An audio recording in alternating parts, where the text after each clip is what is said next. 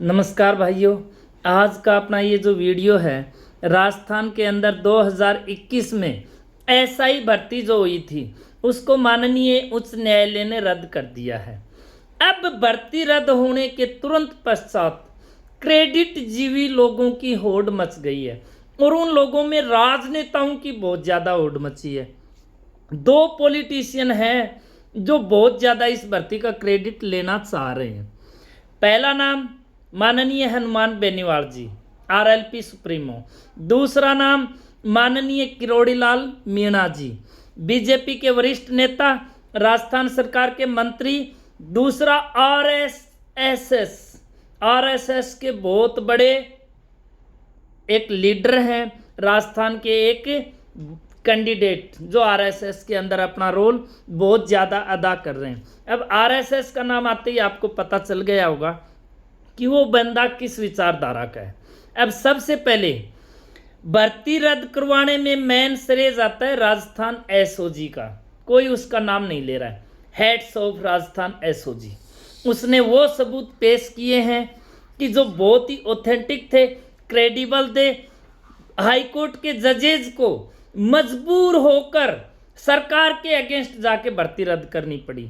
तो सबसे पहले तो एसओजी को, उसकी पूरी टीम को बहुत बहुत धन्यवाद।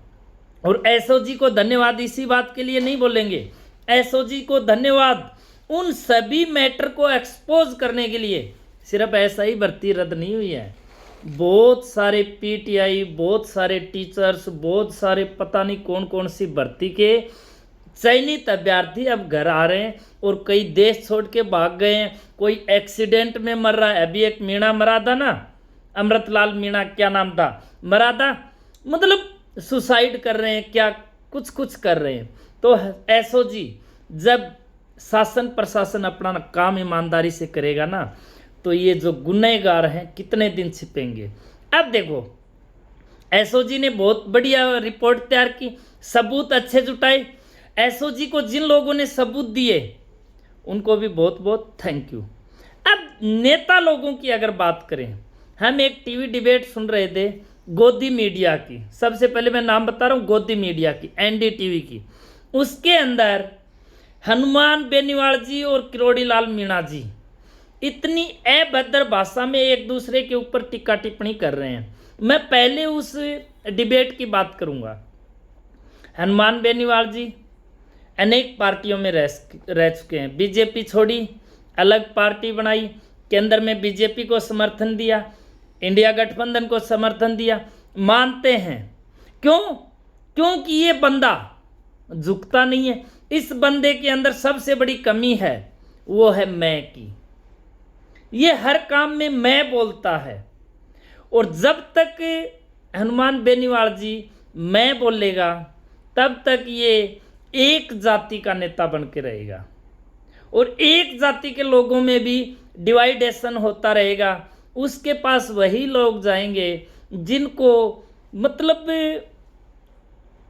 एक सीनियर, एक बॉस होता है ना, वो जिसको पसंद होता है। अगर कोई बंदा ये चाहे कि मेरे को सम्मान मिलना चाहिए, मैं हनुमान जी की पार्टी ज्वाइन करूं, तो वहाँ पर हनुमान जी को कहीं ना कहीं अपने लोगों को, देखो जो भी चीज़ होता है ना, मेरा जो मानना है मैं नहीं आप, ये होनी चाहिए। हनुमान बेनीवाल जी अगर एक टीम के रूप में काम करें तो ये वो लड़ाका है जो सरकारों को इसने कई बार झुकाया भी है और झुकाने का दम भी रखता है। इसको सपोर्ट करने के लिए युवा, हर वर्ग इसको तैयार रहेगा।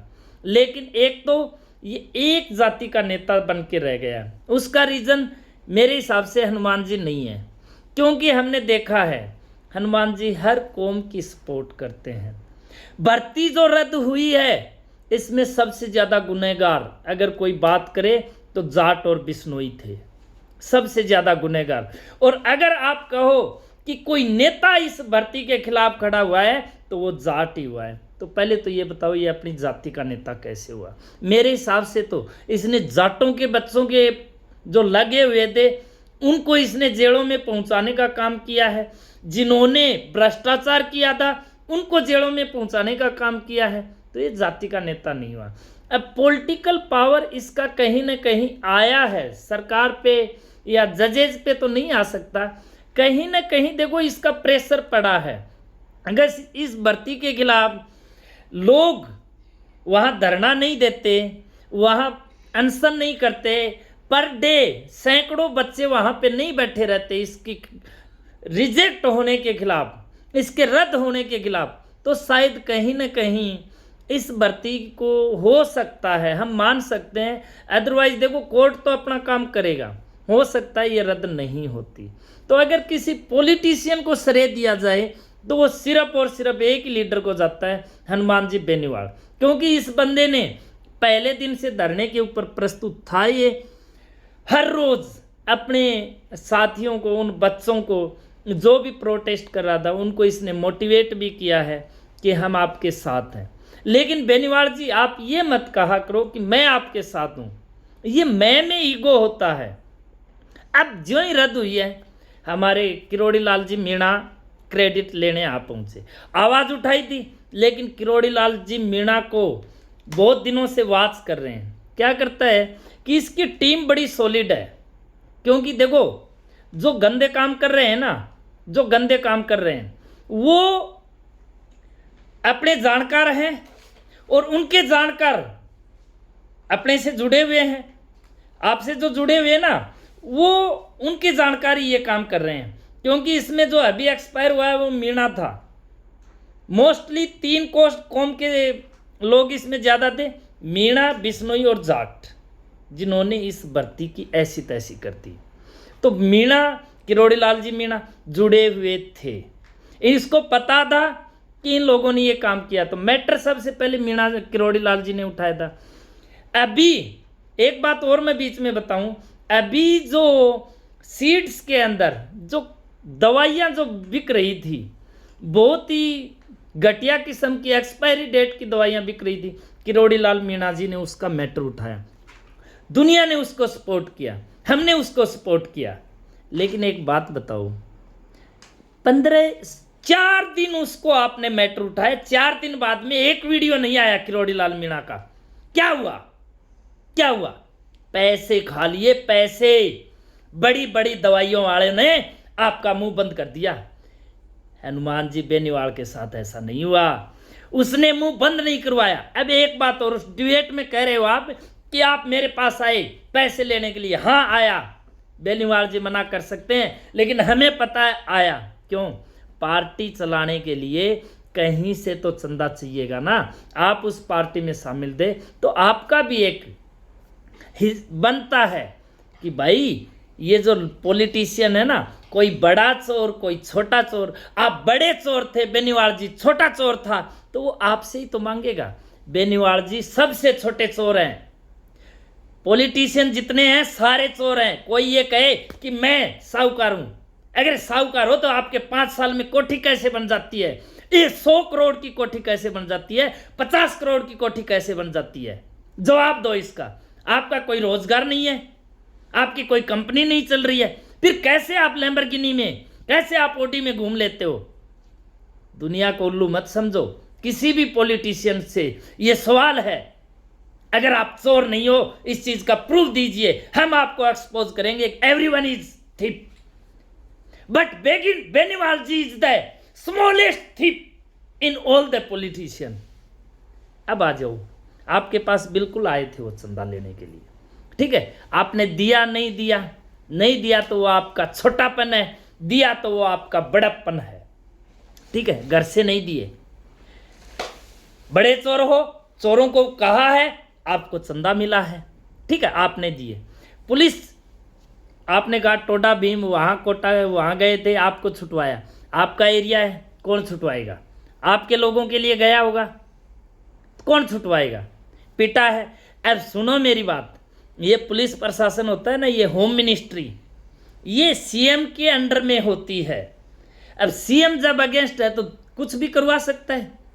अरे इसका तो आप ये मानो, थैंक यू बोलो कि ये हर किसी के लिए अपना सिर दे देता है आगे फुड़वाने के लिए। अब जब बंदा अकेला रह जाता है तो पिटे भी गा, बेइज्जती भी होगी। अब एक वीडियो और चल रहा है, आपने वो वीडियो भी भेज दिया जहां पे बेनीवाल जी पिट रहे हैं। अरे दिल्ली की सीएम को कूट दिया, अरविंद केजरीवाल को कूट दिया, लोग प्रधानमंत्री पे काली फेंक देते हैं, जूते फेंक देते हैं, लोगों ने प्रधानमंत्री तक को मार दिया। क्या हो गया? पुलिस की मार खाई है। ऐसे बड़प्पन तू तड़ाक पे आ गए। अरे Meena ji, we know that you are the chauvinist person of RSS. You love RSS. RSS is your mother. Everyone know it and you do every work what RSS says to you। इस चीज को दुनिया को उल्लू मत बनाओ, ठीक है? हमें लड़ाके चाहिए। आपके अंदर लड़ाकापन मर गया, आप लड़ाई छेड़ते हो, बड़ा माल हथियार लेते हो दो कौमों को लड़ाने की। एनडीटीवी जो गोदी मीडिया थी उसने एक काम कर दिया, दो मार्शल कौम को लड़ाने की। हम सैल्यूट करते हैं नरेश मीणा भाई साहब को। वो बंदा है ना, वास्तव में लड़ाका है। माल नहीं मिला उसको और न लेगा वो बंदा। माल नहीं चाहिए उसको, उसको भाईचारा चाहिए, उसको अपने लोग चाहिए। आपने कभी बोला उसके बारे में? एक दिन गए थे राजनीति चमकाने के लिए। किरोड़ी लाल जी, दुनिया समझ गई है आपको एक तो मेंटल डिसऑर्डर है, आप बहुत ज़्यादा, आपका बीपी हाई होता है, अच्छे डॉक्टर को दिखाइएगा। दूसरा, हनुमान बेनीवाल जी, आप भी अपना ध्यान रखिएगा, आपका भी बीपी हाई होता है। आप भी अपने आप को लंबी रेस के घोड़े बनना चाह रहे हो तो एक तो मैं नहीं, आप पे आ जाइएगा। आपने नहीं लड़ी है। जब आपको वहाँ पे युद्ध दिखता था ना, तब आप आते थे। हम ये भी जानते हैं कि जहाँ भीड़ नहीं दिखती है ना, तो वहाँ आप रैली कैंसिल भी कर देते हो। देखो, दूसरा, कांग्रेस कहीं आवाज नहीं उठाई। चोर चोर मौसेरे भाई, पहले कांग्रेस के शासन में हुई थी। तो ये मिले हुए हैं। मैंने बोला सब चोर हैं, सब चोर हैं। ये दुनिया ही चोर है। चोर तो हम भी हैं, लेकिन हम बहुत छोटे चोर हैं। तो कहने का मतलब ये है, एक तो दो कौम इन नेताओं के चक्कर में आपस में न लड़े। दोनों साथ थे। आज दोनों में क्रेडिट लेने की होड़ मची हुई है। अगर दिल से बोला जाए तो कोई नेता अगर इसका क्रेडिट असली हकदार है तो वो बेनीवाल जी हैं। किरोड़ी लाल जी मीणा इसके बिल्कुल भी क्रेडिट लेने के हकदार नहीं है, क्योंकि बेनीवाल जी चीख चीख के बोल रहे थे कि किरोड़ी लाल जी मीणा आप आइए धरने पे, आप आइए। आपने आना तो क्या एक शब्द नहीं बोला। अब आप बिल से बाहर आ गए हो। आपका वो क्या हुआ जो आपने दवाइयों के खिलाफ भ्रष्टाचार एक्सपोज किया था? आपने बहुत सारे भ्रष्टाचार एक्सपोज किए हैं, लेकिन एक्सपोज करने के उसके बाद आप बंद हो जाते हो, कारण आपके पास मोटी रकम पहुंच जाती है। ऐसा मत कीजिएगा। यूथ जो भी मेरे मीणा भाई हैं, अगर आप अपना कोई अच्छा लीडर देखना चाहते हो तो नरेश मीणा को सपोर्ट कीजिएगा। ये आरएसएस का बंदा है। आरएसएस कभी भी कम किसान का मेरे वर्ग की नहीं हुई है। दूसरा, बेनीवाल जी को एक जाति का नेता कहना बंद कर दीजिएगा। और बेनीवाल जी से भी एक रिक्वेस्ट है कि आप भी अपने एक अच्छी टीम तैयार कीजिएगा, लोगों को, जिसमें लोगों को रिस्पेक्ट भी मिले। हर कम्युनिटी से आपकी टीम के अंदर लोग होने चाहिए, तब तो जाके आरएलपी सरवाइव कर पाएगी। अदरवाइज राजस्थान के अंदर वही केंद्र वाली, सेंटर वाली मोनोपोली हो जाएगी। तीसरी पार्टी नहीं पनप पाएगी। और यही मेरी विनती है। भाइयों, वीडियो कैसा लगा? अच्छा लगा तो अपना सपोर्ट दीजिएगा। कुछ गलती हो गई तो क्षमा प्रार्थी हूँ। भाईचारा बना रहना चाहिएगा। नेताओं के चक्कर में एक दूसरे को गालियाँ देनी बंद कर दीजिएगा। इस भर्ती से मेरा एक खास दोस्त, मैं जिसका नाम ज़रूर लूँगा, नरेंद्र सिंह खोटिया, जो आरएसी में था, उसके बाद पटवारी बना, अभी वो एसआई बना था इस भर्ती के अंदर। बहुत मेहनती बंदा था, बिल्कुल मेहनत करके अपने मुकाम तक पहुंचा था। मेरे दिल का भाई था वो, आज भी है। सुरेंद्र खोटिया, नरेंद्र खोटिया, अनिल पूनिया, जिनको दुनिया जानती है, वो सरपंच है अनिल पूनिया। ये तीनों हैं तो अलग अलग, लेकिन कोई बता नहीं सकता कि ये दो मायों के बेटे हैं, ये एक ही माँ के बेटे हैं, ऐसे साथ रहते हैं। आज मेरे उस भाई के सपने टूट गए इस भर्ती के रद्द होने की वजह से। लेकिन भाई, आप मेहनत करने वाले हो, आप और भी अच्छे तरीके से अपने आप को निखारोगे और आपकी मेहनत रंग लाएगी।